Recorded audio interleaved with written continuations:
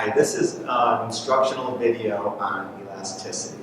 Elasticity is a concept that a lot of students struggle with, but it's really pretty simple. And what it means to be elastic is to be sensitive. So when we talk about sensitivity, it's a response. So when something happens, let's just say it's the same force that happens 2 times in a row, and the first time it affects something a little bit, and second time it affects something a lot, then the second one will be more sensitive. So let me give you an example here. Davis is my grad assistant, and let's just say that Davis is standing right here, and I'm going to give him a push, a little shove like this, okay?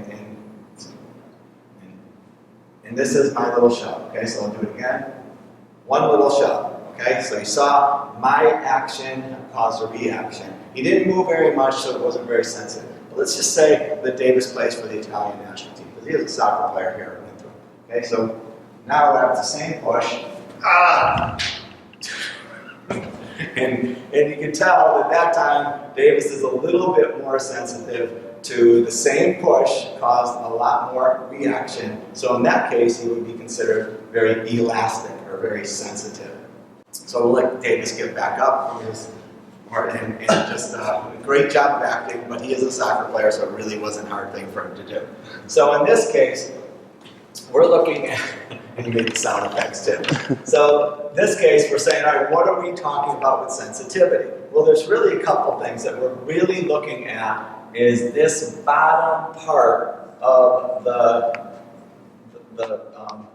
this is the equation for a market, okay? And so we're looking at this bottom part here, which is the quantity. And the question that a lot of companies want to know is what's going to change our quantity? What's going to make our quantity change? So in other words, what's going to make us sell more? Now, of course, it has two different, you need supply and demand to figure out the actual quantity sold. So we're actually only looking at the demand side right now. So it doesn't give us the complete picture, but it gives us an idea of the change and the effect of the change. So what's going to happen is we have 3 different what are called elasticities. And we're looking at elastic would be sensitive, a sensitive reaction, and inelastic would be considered insensitive. So in this case, we have a demand curve, and we're going to start with what's called price elasticity, or some people call it arc price elasticity, but it's price elasticity.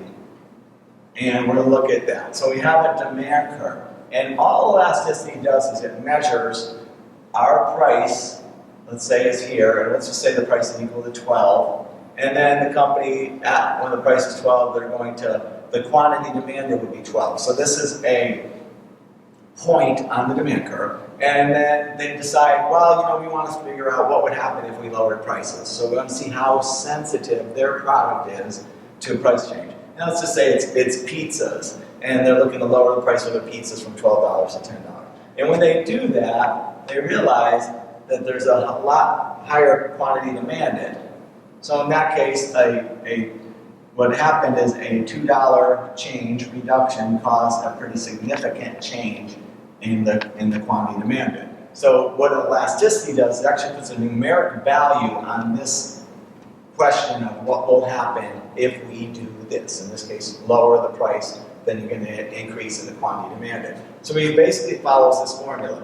A percentage change in price causes a percentage change in the quantity demanded. And we just simply follow this formula. So it's pretty straightforward. The formula is written down here. This is the triangle means change in.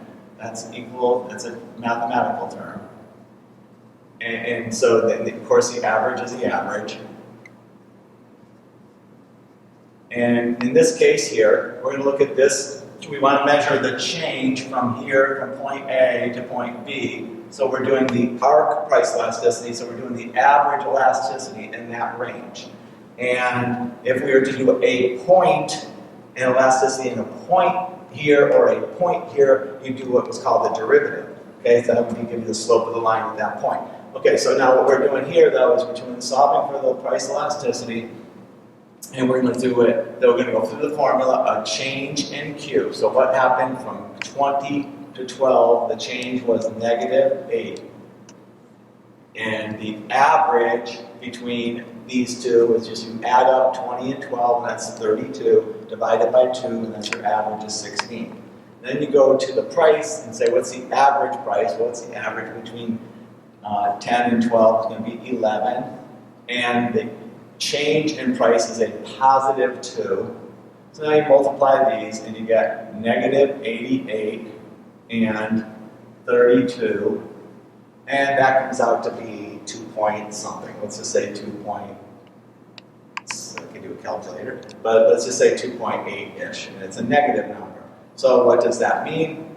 It means that a change, and in which way you interpret this is you do a percentage change in PX and the percentage change in QX. So it's just a number. Any number has a 1 underneath it. So we could just say a 1% change in the price of PX. In this case, a 1% increase in the price of PX causes a -0.28%, -0.28% change in the quantity demanded of X. And so if you look at our elasticity scale, 0 and this is -1. Anything over here, anything less than, if this is less than -1, then it's elastic.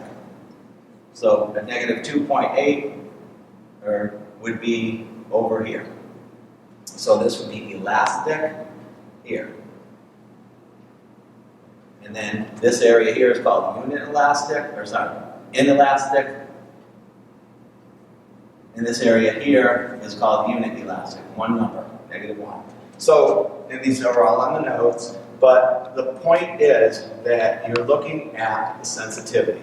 So how does the price of X impact the quantity of X, holding these other factors constant? And these other factors would be prices of related goods and income. Okay, so that's the first one of a couple of videos on elasticity. Thanks.